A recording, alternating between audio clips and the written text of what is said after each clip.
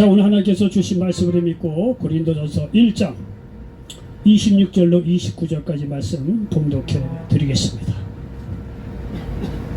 자, 고린도전서 1장 26절로 29절까지 말씀입니다. 봉독합니다. 형제들아, 너를 부르심을 보라.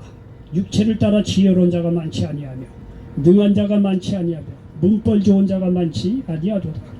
그러나 하나님께서 세상에 미련한 것들을 택하사 지혜 있는 자들을 부끄럽게 하려 하시고 세상에 약한 것들을 택하사 강한 것들을 부끄럽게 하려 하시며 하나님께서 세상에 천한 것들과 멸시받는 것들과 없는 것들을 택하사 있는 것들을 폐하려 하시다니 이는 아무 육체도 하나님 앞에서 자랑하지 못하게 하려 하심이라. 아멘.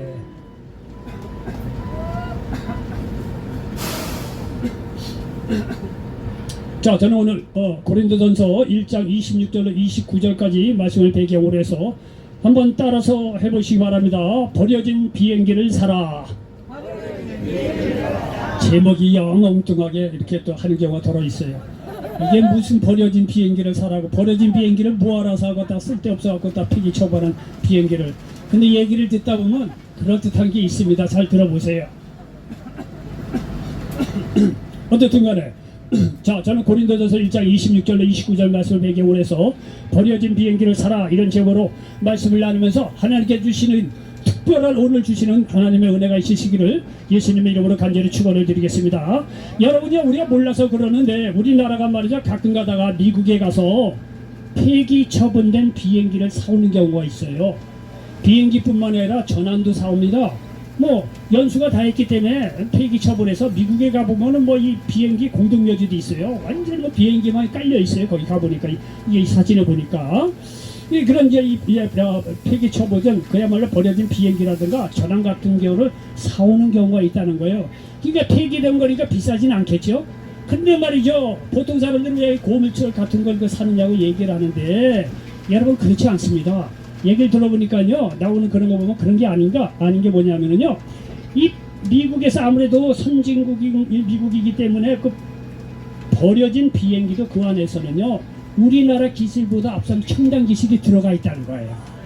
예? 버려진, 그 나라는 버려진 그런 비행기일런지 모르지만 우리나라에서는 아직도 이 개발해야 될 첨단 기술들이 그 안에 있다는 거예요. 이 비행기뿐만 아니라 전함들이 첨단 기술이 있기 때문에 그거를 싼 값에 산다는 거예요. 뭐 고철이 필요해서 사는 게 아니란 말이에요. 그 안에서는요, 우리가 개발 비용을 투자하려면 어마어마한 그 돈을 투자해야 되는데 거기에 이미 벌써 버려진 비행기 안에 그게 있는 경우가 있다는 거예요. 예를 들면 그래서 그거를 사서 한국 민족이 또 머리가 얼마나 좋습니까? 예, 세계에서 1등 아닌 2등 가라 서러울 정도로 우리나라 이 민족이 머리가 좋아요. 하나를 가르쳐주면 벌써 둘, 셋까지 해요. 압축 성장하는 거 보십시오. 유럽에서는 몇백 년 되는 정치적인 민주제도도 말이죠, 우리나라는 단 몇 시간 내에 해버렸어요. 경제적인 압축도 성장도요 대단하게 빨리 해요. 우리나라 민족이 이게 머리가 탁월하고 부지런하거든요. 예? 그래서 말이죠, 그렇게 버려진 비행기지만 딱 그 사올 때는 첨단 기술이 들어있다는 거예요. 그걸 보고 사오는 거예요. 그래서 그걸 말이죠, 첨단 기술을 보고 거기서 이 습득을 해서 그 이상의 거를 개발하는 게 한국 민족이라는 거예요. 예? 그래서 버려진 비행기를 사온다는 거예요.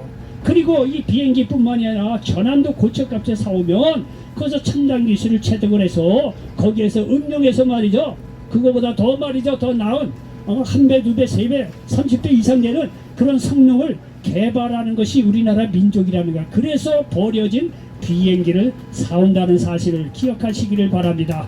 여러분요, 제가 늘 하는 얘기지만 버려진 비행기 얘기하려고 하는 것이 아니라, 여러분요, 우리도 말이야 그렇지 않겠습니까? 우리가 세상에서 어떻게 보면 버려진 존재일 수도 있다는 거예요. 여러분, 세상 성공하고 화려하고 돈도 좀 있고 가정도 잘 화목하게 하고 정말 그렇게 살면 좋지요. 그래도 하나님이 없다면 그 불쌍한 인생이지만 어떻든 간에 그래도 이방인 살 것 같으면 그래도 뭐 사업에 성공하고 돈도 좀 있고 꾸어질지라도 좀 꾸기도 하고 말이죠. 뭐 자녀들도 말이죠, 잘 양육하고 말이야 보람듯이 사는 게 좋지요. 그런데 말이죠, 그렇게 살려고 하지만 어디가 우리가 그렇게 되느냐 이거예요. 때로는 자빠지고 넘어지고 우리의 뜻하고 전혀 내 능력에 관계없이 말이죠. 외부적 환경 때문에 쓰러지고 자빠지는 경우가 얼마나 많이 있겠느냐 이거예요. 아무리 노력을 해도 말이 안 되는 경우가 있는 걸 어떻게 하겠습니까? 그래서 세월이 흐르다 서울역에 와 앉아있어. 어떻게 하겠습니까? 누구를 나무랍니까? 누구를 탓합니까? 다 나름대로 열심히 일하려고 했는데 그렇게 된 거를 누구를 할 수 있겠느냐 이거예요. 여러분요, 설사 말이죠, 세상에서 보면 우리가 버려진 비행기 같고 버려진 그런 전원 같을지 모르지만 여러분이 하나님 보시기에 그렇지 않다는 거예요. 하나님께서 저와 사람이 예수 믿고 구원받고 나서는요, 다른 사람이 타협 추정하게 막 추정을 불허할 정도로 하나님에게 귀하게 쓰임받을 시다는 가능성을 보고 버려진 존재 같은 우리에게도 복음을 듣게 하시고 구원받게 하시고 하나님께 축복하시고 쓰신다는 사실을 믿으시기를 바랍니다. 여러분, 세상 사람들 다 버려진 존재라고 생각하는지 모르지만 하나님은 그렇지 않다는 거예요. 여러분요, 정상적인 평범한 사람이라고 한다면요, 기본적으로 사람은 위대해요. 왜? 하나님의 형상을 닮았기 때문에. 비록 말이야 죄를 원죄가 들어와서 하나님의 형상을 잊어버렸다고 하더라도 그래도 남아 있습니다. 하나님은 보통요, 하나님의 어떤 형상대로 지음받은 존재이기 때문에 기본적으로 사람인 말이죠. 다 나름대로 대단한 인물이에요. 우리들이 몰라 그렇지. 우리들이 말이야 사회적으로 돈 좀 못 벌고 가정이 깨지고 그래서 내가 말이죠, 다 이제 할 수가 없어. 본인이 스스로 절망해서 그렇지 하나님 보시기에 그렇지 않다는 거예요. 하나님 보시기에는 하나님 형상대로 닮은 우리 한 사람 한 사람이기 때문에 다 그 마음속에 보면 남이 침범할 수 없는 아주 독특한 좋은 점이 있고, 여기 말이야 버려진 이런 비행기 안에 첨단 기술이 있듯이 우리 말이야 세상적으로 버려진 존재 같고 실패한 존재라고 하더라도 하나님 보시기에는 우리 마음속에 보석 같은 하나님의 놀라운 능력이 있다는 사실을 기억하시길 바랍니다. 하나님은 그런 걸 보기 때문에 버려진 비행기 같은, 버려진 전향 같은 그런 사람들을 택해서 하나님께서 쓰신다는 거예요. 왜 그러냐면은요, 세상 잘 나가는 사람 하나님 믿지도 않을 뿐더러 그 사람 하나님 믿는다고 하더라도요, 그 하나님께 감사할 줄 모릅니다. 아, 내 힘으로 살아서 이렇게 됐는데 무슨 하나님께 감사합니까? 그렇게 되는 거예요. 그러니까 하나님이 딱 보시기에 어렵게 생각할 거 없어요. 세상 잘 나가는 사람 어렵다는 거예요. 그래서 오히려 하나님은요, 버려지고요, 정말 실패하고 좌절 절망인 사람을 뽑아서, 세상 사람이 어떻게 그런지 모르지만 그런 사람들에게 오히려 더 관심을 두고 그런 사람을 일으켜서 말이야 쓰시고 축복하셔서 하나님께서 영광 받으시길 원한다는 사실을 믿으시기 바랍니다. 여러분, 그렇지 않습니까? 여러분, 자녀들도요, 잘 나가는 자녀가 부모에게 효도를 더 많이 합니까? 실패하고 좌절했던 고생했던 자녀들이 부모에게 더 효도합니까? 여러분의 생각과 달리 오히려 고생하고 실패한 사람이 부모에게 더 효도하는 경우가 있습니다. 자기가 고생을 해보니까 부모가 나를 얼마나 고생하면서 이렇게 길렀구나, 이거를 알아요. 그래서 오히려 실패하고 좌절한 자녀들이 부모에게 효도하는 경우가 더 많이 있어요. 잘 나가는 자녀들은요, 부모에게 이렇게 고마워하는 경우가 생각보다 많지 않습니다. 아, 내 힘으로 내 능력으로 그렇게 자랐는데 뭐 부모가 도와주긴 도와줬겠지만, 여러분 그렇게 부모에게 말이야 감사하는 경우가 들 수가 있어요. 오히려 말이야 자녀들도 안 되고 힘들고 자빠진 사람들이 오히려 부모의 자기가 고생을 해봤으니까 부모의 고생을 이해하게 되는 거예요. 부모를 말이야 또 사랑하게 되고 또 귀하고 효도를 하는 경우가 있다는 거예요. 마찬가지예요. 하나님요, 버려진 존재 같은 우리 한 사람 한 사람을 쓰셔서 축복하시고 크게 쓰셔서 과연 하나님이 살아계시는 거라, 이런 거를 만천에 증거하게 하시고 하나님이 영광 받으시기를 원한다는 사실을 믿으시기를 바랍니다. 오늘 본문 내용이 그 얘기하는 겁니다. 26절로 29절 다시 한번 봉독하면, 형제들아 너희의 부르심을 보라. 육체를 따라 지혜로운 자가 많지 아니하며 능한 자가 많지 아니하며 문벌 좋은 자가 많지 아니하도다. 그러나 하나님께서 세상에 미련한 것들을 택하사 지혜 있는 자들을 부끄럽게 하려 하시고 세상에 약한 것들을 택하사 강한 것들을 부끄럽게 하려 하시며, 하나님께서 세상에 천한 것들과 멸시받는 것들과 없는 것들을 있는 것들을 폐하려 하시나니 이는 아무 육체도 하나님 앞에서 자랑하지 못하게 하려 하심이라 말씀하고 여러분요, 예수님께서 택하신 제자들도 보면 세상에서 잘 나가는 사람 거의 없습니다. 뭐 사도 바울 정도, 그 외에는요 다 그냥 뭐 평범합니다. 그렇게 대단한 인물들이 아니에요. 오히려 인생 가운데 실패하고 좌절했을 때 그때 예수님께서 만나주시고 예수님께서 제자를 부르시고 쓰셨다는 것이 보통 제자들의 일반적인 모습입니다. 여러분, 베드로 보십시오. 베드로는 5장, 누가 보면 5장 1절 이해해 보니까 베드로에 대해서 나오고 있습니다. 베드로가 예수님 만날 때를 가르쳐주고 있습니다. 여러분, 여기 보면 베드로가 말이야 물고기 한 마리 잡지 못하는 그런 상황이 이제 나오는데, 여러분 보십시오. 베드로가 그래도 잔뼈가 굵은 어부인데 맨날 고기를 못 잡았겠습니까? 예? 고기를 다 평상시에는 많이 잡았을 거예요. 그런데 여기요, 이 누가복음에 기록되는 거는 뭐냐면 베드로가 뭐야 밤새도록 물고기를 잡았는데 한 마리도 못 잡았을 때 그때 예수님을 만난 기사가 나옵니다. 이 얘기는 뭐냐면요, 베드로가 물고기 많이 잡았을 때 예수님을 만날 수 있느냐? 못 만난다는 거예요. 지금 그런 이야기를 하고 있는 거예요. 아, 베드로가 자기가 나가면 물고기 많이 잡는데 내가 무슨 예수님이 필요해서 예수님이 불러도 쫓아오겠느냐 이거예요. 그럴 때는요, 예수님도 베드로 안 부르고 베드로도 예수님 안 만납니다. 물고기 잡히면 그물 돌리면 말이야 물고기가 많이 잡힌데 뭐하러 예수님을 쫓아다닙니까? 그런데 여기 이 베드로가 말이죠, 예수를 만날 때는요 밤새도록 물고기를 잡았는데 한 마리도 못 잡을 때 그때 예수를 만나는 그런 내용이 기록이 되었습니다. 자, 누가복음 5장 1절에 보니까 밤새도록 물고기를 베드로가 잡았어요. 한 마리도 못 잡았어요. 그 예수님께서 베드로 배를 빌려 타고 말씀을 증거하고 나서 예수님께서 베드로에게 그러지 않습니까? 너 밤새도록 물고기를 못 잡았구나. 예. 저 깊은 데로 가서 물고기를 좀 잡아라. 아, 그러니까 그 말씀을 순종해서 깊은 데 가서 물고기에 그물을 내렸는데 배 두 척이나 가득 차도록 물고기가 많이 잡혔다는 거예요. 자, 베드로가 말이야 밤새도록 고생을 하는데 한 마리 못 잡았으니까 자기의 인간의 한계를 깨달았겠죠? 다 그런 거예요. 우리도 인생에 실패하고 좌절하고 비로소 우리의 한계를 깨닫고 예수님께 돌아올 수 있는 기회가 된다는 사실을 기억하시기 바랍니다. 여러분요, 내가 인생에 성공하지 못하고 실패하고 좌절했다고 걱정하지 마시기 바랍니다. 실패하고 좌절할 그때 예수를 못 만난 걸 오히려 걱정을 하시고, 여러분 내가 실패하고 좌절하고 절망할 때 그때 예수를 정확히 만난다고 한다면 이전 성공하는 시대보다도 놀라운 하나님의 역사가 우리 생애 가운데 일어난다는 사실을 믿으시기 바랍니다. 말씀드린 대로 베드로가 고기 잘 잡았을 때 예수님 찾아오지 않았어요. 베드로가 밤새도록 고기를 잡으려는데 한 마리도 못 잡았어요. 인생의 밤이 찾아왔다는 거예요. 돈도 없으면요 인생의 밤이 찾아와요. 어려운 일입니다. 베드로가 이렇게 말이죠, 밤새도록 수고했는데 물고기 한 마리 못 잡았다? 그 하루만 하는 것도 물론 있겠지만 어쨌든 간에 물고기 한 마리 못 잡은 베드로는요 실망과 좌절과 말이죠, 어떤 그런 게 가득 찼을 거예요. 그때 말이죠, 예수님께서 베드로를 불러주신 거예요. 깊은 곳에 가서 그물을 내려라. 배 두 척에 가득 찼어. 이거를 알고 나서 베드로가 그 많은 물고기가 잡혔으면 보통 사람들은요, 아이고 하나님 감사합니다.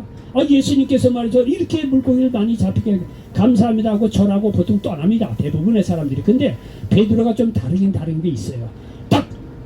한 마리도 못 잡았는데 예수님 말씀에 순종해서 말이죠, 물고기를 배 두 척이나 딱 잡은 걸 보고 이 예수님이 보통 분이 아니오라. 그리고 나서 말해 예수님 앞에 무릎을 딱 꿇고 나 주인입니다. 나를 떠났어. 베드로가 그랬다는 거 아니에요. 베드로가요 일반 어부지만 또 이게 감이 좀 있었던 것 같아요. 보통 사람하고 달라. 내가 주인이라는 거야. 물고기 많이 잡게 했으면 감사하고 축복받아내고 100이면 다 그렇게 갑니다. 보통요. 근데 베드로가요 그 딱 보는 순간 이 예수님이 보통 분이 아니라구나 이렇게 생각하고 나는 주인으로서 나를 떠났어. 그러니까 말이에요, 예수님이 베드로를 딱 알아보고 내가 이제 이후로는 사람을 낚는 어부가 아니라 이 물고기 잡는 어부가 아니라 사람을 낚는 어부가 되리라. 그래서 말이죠, 베드로가 예수님을 쫓아다니는 거 아니에요. 보십시오. 여러분도요 이 베드로처럼 내가 실패하고 자자 어떤 경우가 있다면 바로 이때 예수를 만나고 나서 예수님께도 축복도 받고 쓰임받을 여러분 되시기를 바랍니다. 하나님께서요 여러분을 기다리고 계시고 여러분을 통해서 역사하여 주신다는 사실을 믿으시기 바랍니다. 여러분, 삭개오라는 인물이 누가복음 19장에 나옵니다. 삭개오는 세리장이었어요. 세무 공무원이었다는 거예요. 세리장이었던 거 보니까 공무원에서 좀 지위가 있었던 모양이에요. 지금은 뭐 그렇지 않은데 저희가 어렸을 때 세무 공무원 삥땅도 쳤다는 얘기도 들었어요. 지금은 그렇지 않아요. 이게 이제 여러 사람이 보는 설교니까 그렇다고 얘기하면 안 되지. 옛날 농농하고는 그런 게 조금 있었던 것 같아요. 지금은 절대 세무공무원 정직하게 합니다. 그렇죠?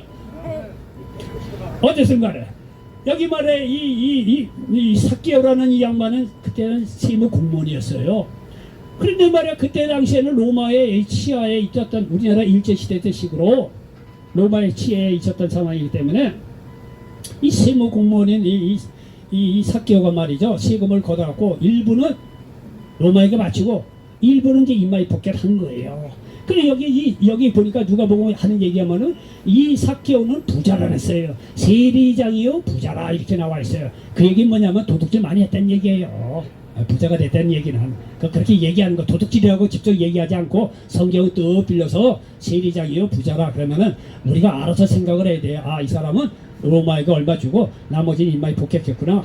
이렇게 또 읽으면 뭐 틀린 말은 아니에요. 어쨌든 간에 세리장이요 부자였다는 거예요. 그런데 이 삭개오가 이렇게 자기가 부자이면 뭐예요? 자기 동족으로도 따돌림을 당하고 말이에요. 사회적인 왕따인데 돈이 있으면 뭐해? 마음속으로는 완전히 실패하고 좌절하고 고독감 때문에 어떻게 할 수가 없는 삭개오인데, 예? 돈 좀 있으면 뭐 하겠습니까? 이 삭개오는 말이죠, 이렇게 자기 동족의 피를 말이죠 빨아서 이렇게 부자가 들려쳤는지 모르지만 자기 동족에게 시험을 받은 거예요. 삭개오만 나타나면 다 도망간 거예요. 같이 하고 싶어 하지 않은 인물이에요. 그러니 삭개오가 얼마나 말이죠 인생이 말이죠 처절하고 외롭고 슬프고 그렇겠습니까? 자, 어떻게 보면 이 사람들 사이에서는 버려진 존재같이 되었던 인물이 삭개오입니다. 그런데 삭개오가 말이죠 자기 마을에 온 예수님을 만났다는 거 아니에요.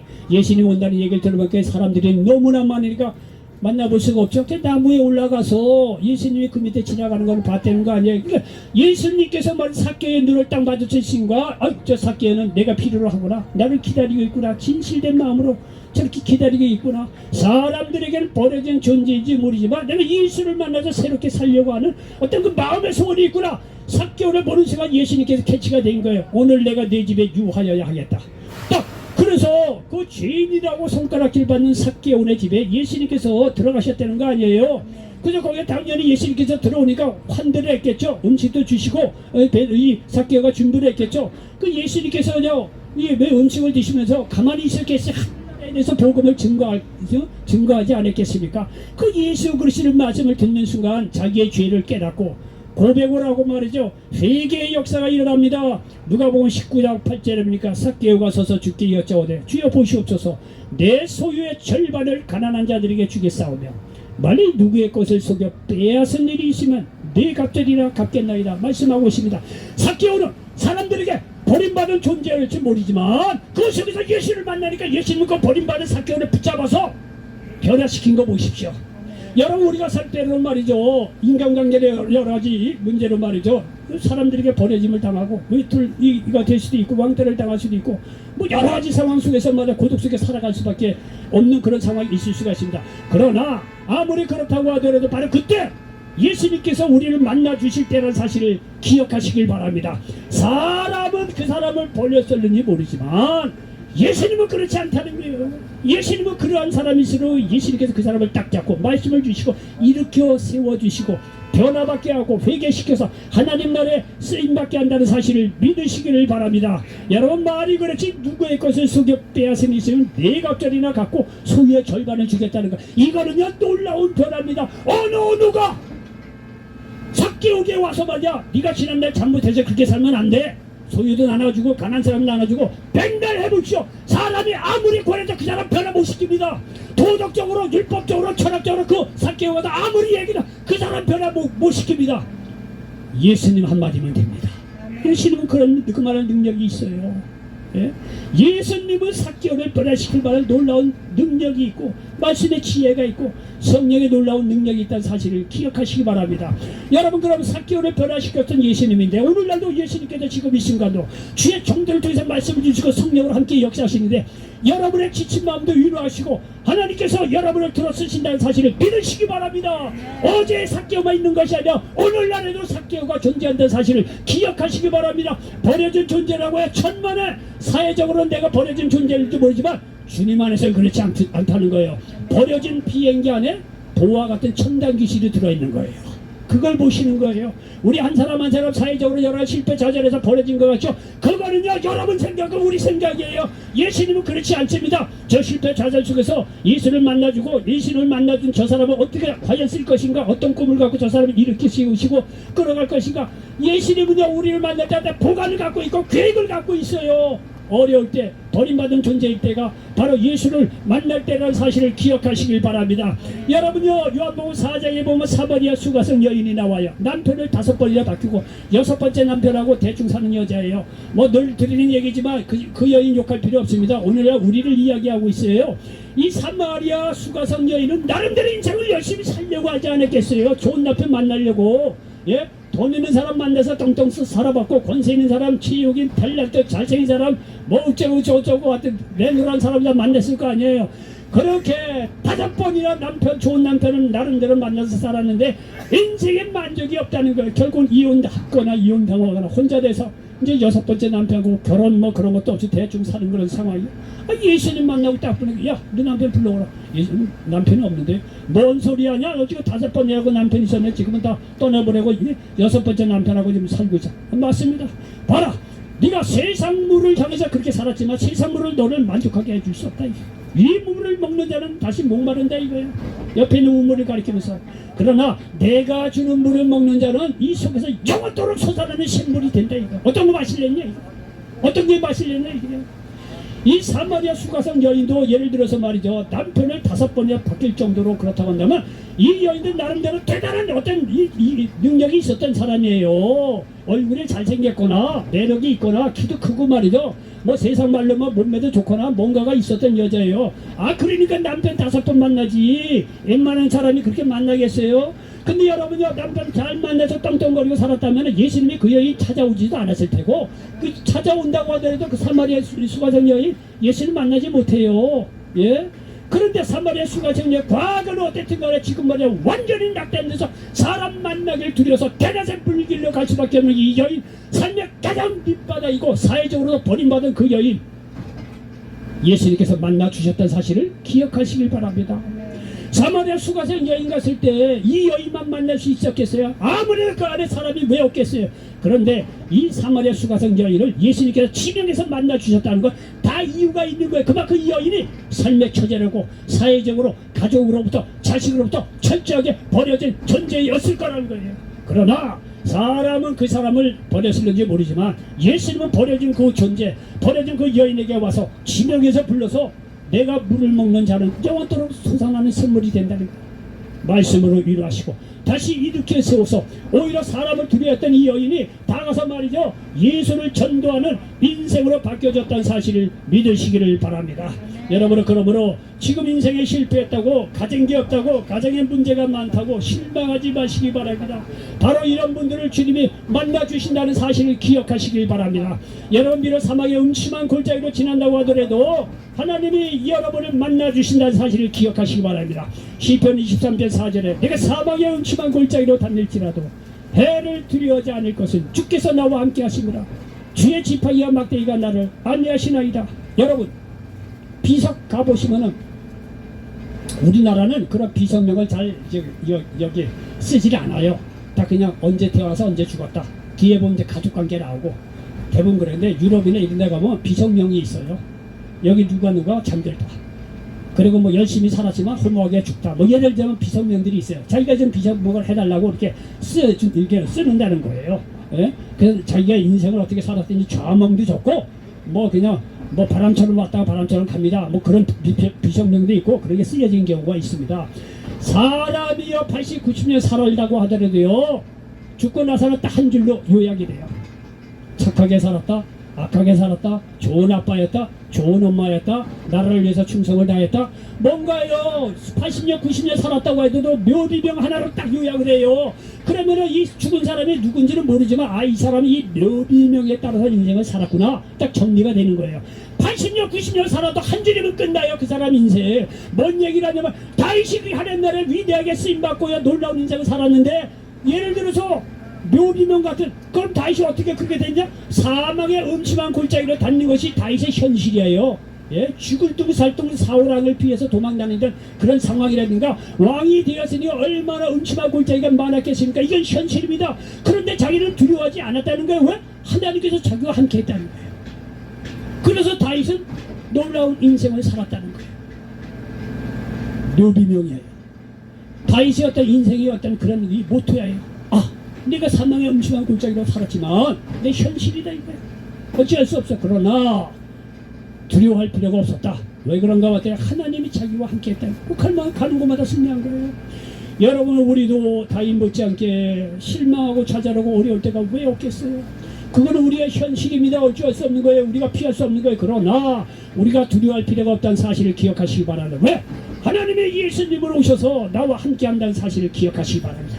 예수님께서 나의 죄를 대신해서 죽으시고 부활하셨어요. 그 예수 그리스도를 믿을 때 우리를 구원하여 주시고 우리 하나님 자녀 삼아 주시고 우리의 모든 처지 형편 다 하나님께서 들으시고 필요한 거 채워주시고 우리가 하나님의 뜻대로 산다고 마음에 다짐을 하는 순간 하나님께서 그 사람을 지명해서 부르시고 인도하시고 필요한 거 채워주시고 두려운 문제도 해결해 주시고 성령으로서 말씀으로 오셔서 우리와 함께하여 주신다는 사실을 믿으시기 바랍니다. 다윗에게 그렇게 역사했던 하나님이 오늘날 우리에게도 똑같이 동일하게 역사하여 주신다는 사실을 믿으시기 바랍니다. 오히려 말이죠, 다윗 때보다도 지금이 나아요. 다윗 때는요 하나님 말씀도 그렇게 많지 않았어요. 다윗 때는요 이 모세의 오경이 정리가 된다 안 되나 구전으로 떠들던 그런 시기예요. 예? 오늘날에는요 말씀이요 마태마가도 성경이요 66권이 있죠. 성령으로 오시죠. 더 많은 하나님의 역사하심이 있는 오늘날의 시대에 오히려 다윗 시대보다 더 놀라운 인생을 살아갈 수 있다는 사실 기억하시길 바랍니다. 그러므로 우리가 실패하고 좌절했다고 해서 버려졌다고 해서 절망할 필요가 없다는 거예요. 여러분요 38년이나 긴병에 고통당하는 상황이라도 여러분요 걱정할 필요가 없습니다. 예수님이 우리를 치료해 주신다는 사실을 기억하시기 바랍니다. 요한복음 5장 2절 이하에 보면 예루살렘 베데스다 연못가에 38년 된 병자가 있다는 거예요.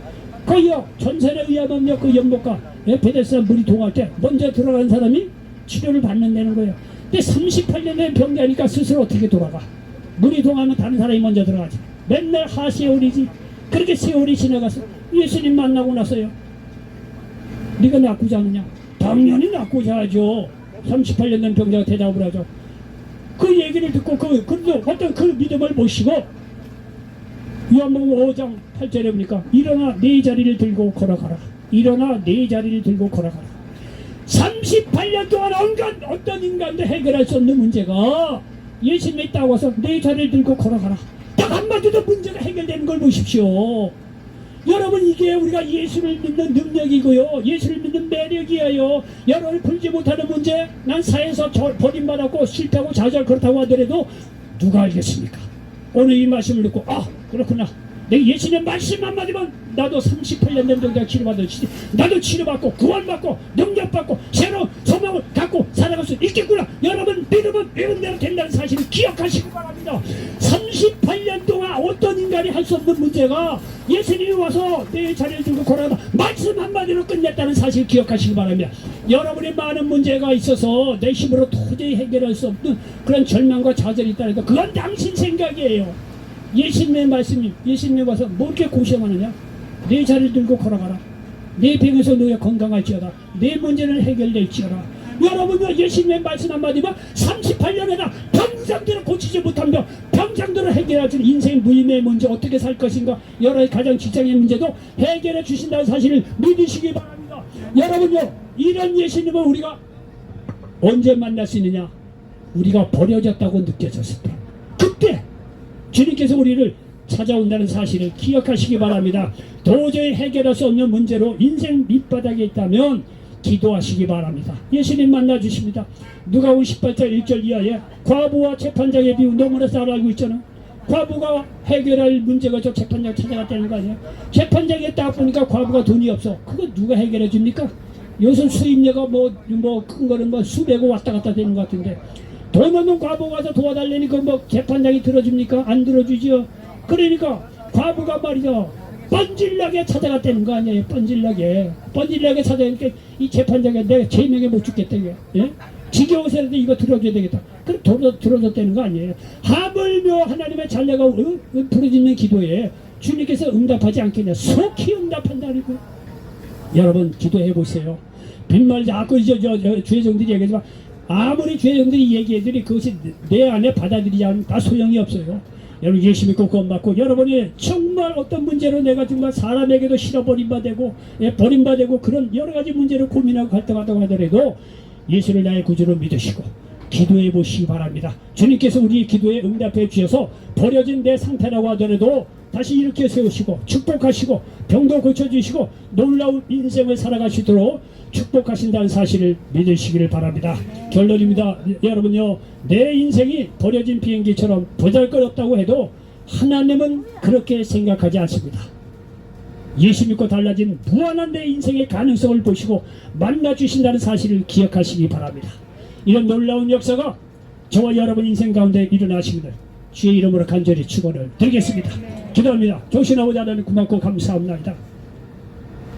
오늘 고린도전서 1장 26절 이하의 말씀을 가지고 버려진 비행기를 사라 이런 제목으로 말씀 나눴습니다.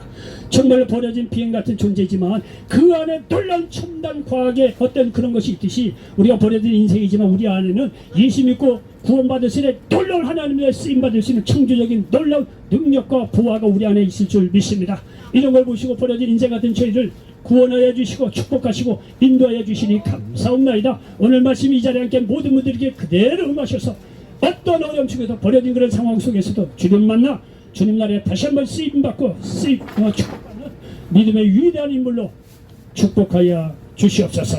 예수님의 이름으로 축복하고 기도하옵나이다. 아멘.